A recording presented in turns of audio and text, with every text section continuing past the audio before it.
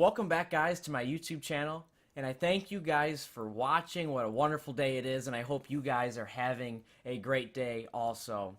So today we are going to be talking about the 8700K Intel 8th generation processor.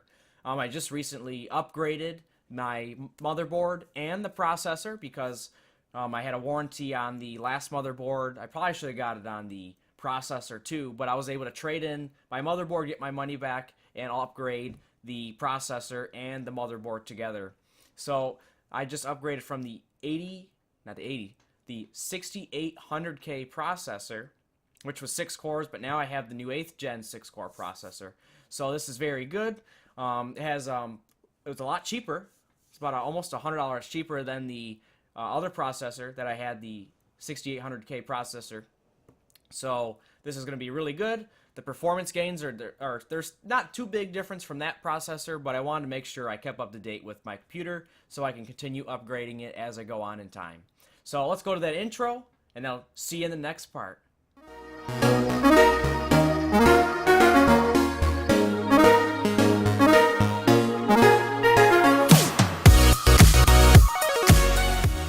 Okay, so let's start with the computer itself and the motherboard that I got to go with the new 8700K Coffee Lake processor.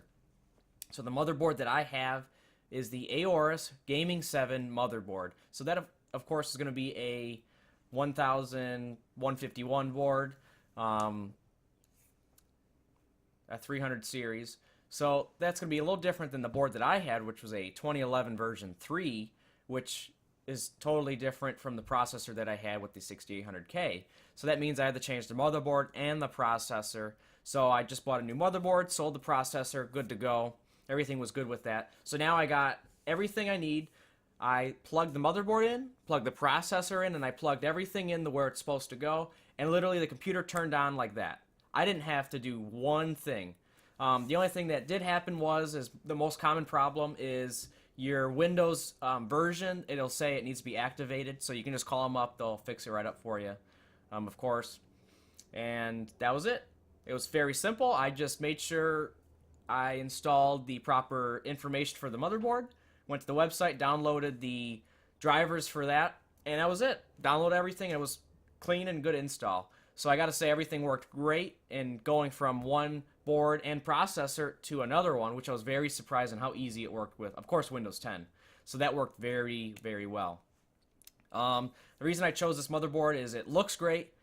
It has a whole bunch of features on it. Actually, it has graphics built in the processor, which I don't need. I already have the GTX 1080 by EVGA, so I don't really care exactly about which motherboard, but that was a really good rated motherboard, so I decided to stick with that.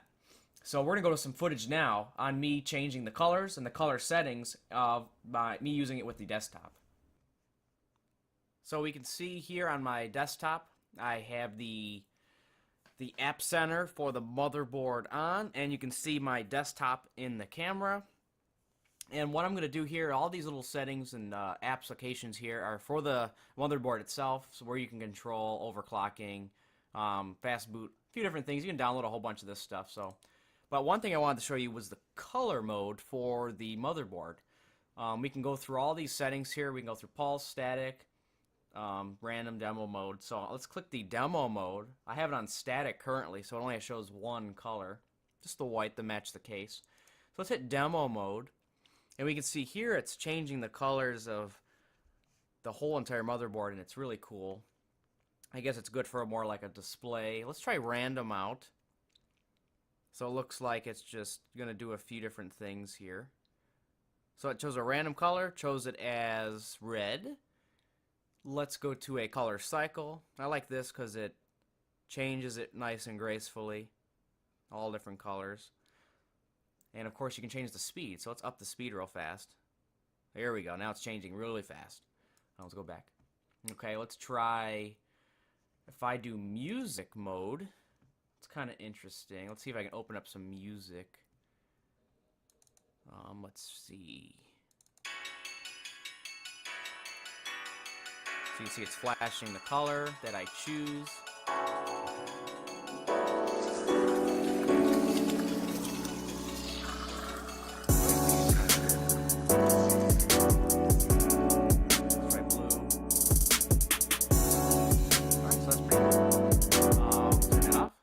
it's music mode. That's kind of interesting.